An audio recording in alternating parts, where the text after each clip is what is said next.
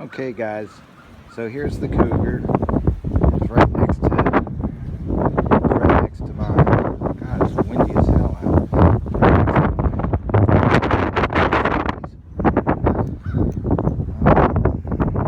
Alright, so here's problem number one. Number one, these brakes are just,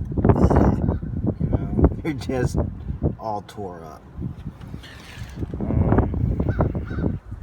Paint's in okay condition until you get to there, and then the exhaust is all loose. It's swinging around back there, and then you get to this side, and oh Lord, look at this door. Oh my goodness. Okay, so that's not even the worst of it. All right, so here's the keys. I have no key fob. I don't even know if there was one, but you put the key in. It's impossible to get it in, and it's a pain in the ass to turn it and lock.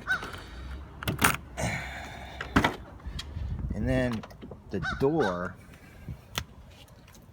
itself is causing that. It rubs.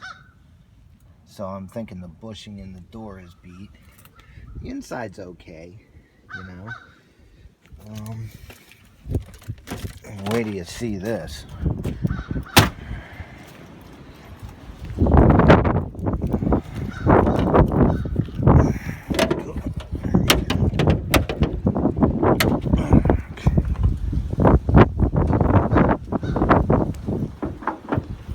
And here's the engine.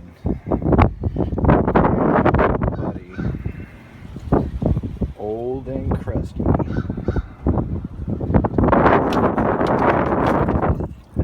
Sheared off. And this is before I got rid. I don't even know what's going on with this. Obviously, it needs a new one. This battery is just, everything on this is just old. And the problem is, really, we live right by the river, which does not help rust issues. But get in it, and look how many miles it has on it. 240,623 miles. But it runs, and it runs a lot better. Oops, sorry about that. And then you put the key in the ignition, and you get, I don't know, it's just, you get no check engine lights.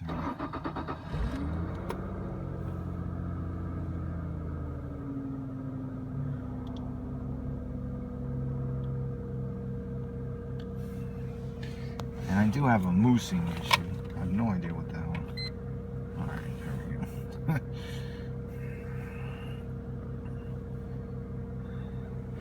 She runs. No check engine lights. I put my scanner on it. I cleared out the P0300 code,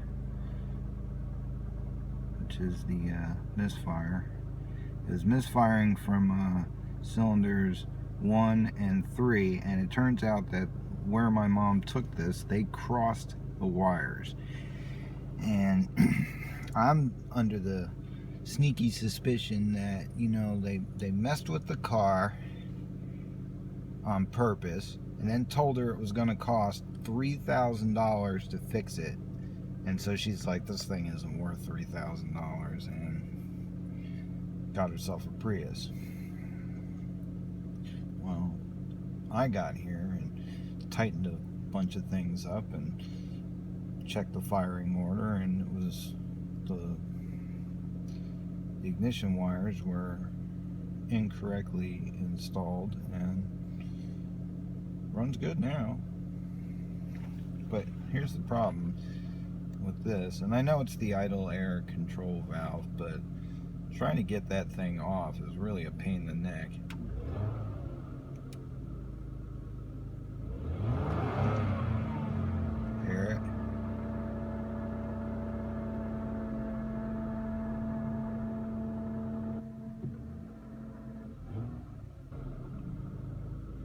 And then, if you put it in reverse, you'll hear the, what do you call it? Well, it did, I don't know about now, but see, it's that moosing. And it goes away when when the car's warmed up, but it's 39, well, they're saying 47. Doesn't feel like no 47. But, yeah, so this is the car, guys, and, you know, it's got its share of problems. The exhaust. Oh, my goodness, the exhaust is terrible. And I'll post some pictures up. But I'm just letting you guys, I mean, I drove it around. When I first got here, it had 240,606 miles, and now it's just been sitting here for a couple of days, and it's got 240,623 miles. I drove it around in the parking lot. I took it down the street. You know, it's just been fiddle farting. No check engine lights or anything like that. So there are no more trouble codes. So I mean, I guess it's worth it. You know, I just don't know if the brake size, the rotor size.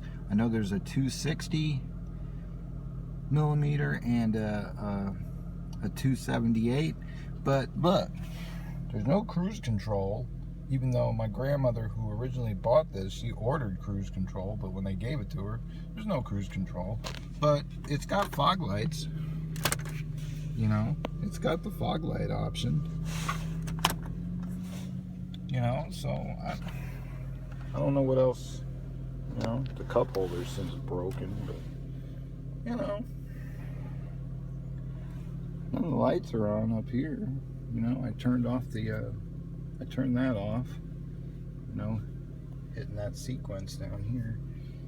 You know, all the bulbs are good. I mean, the headliner's kind of funky, but you know, I mean, it's not a piece of junk. It's just got a lot of miles on it, and you know, the water, we're right off the water here, and it's really kind of taking its toll on the exhaust system, and the brakes are just beatered. It's just beat. So, but I mean, it's okay. I mean,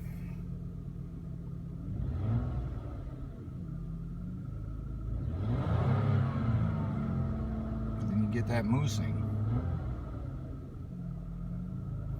So, alright guys, that's it. Just wanted you guys to know and see what's going on. It's just bad. But it's not bad. Let me know what you think. Give me some comments. Alright, peace.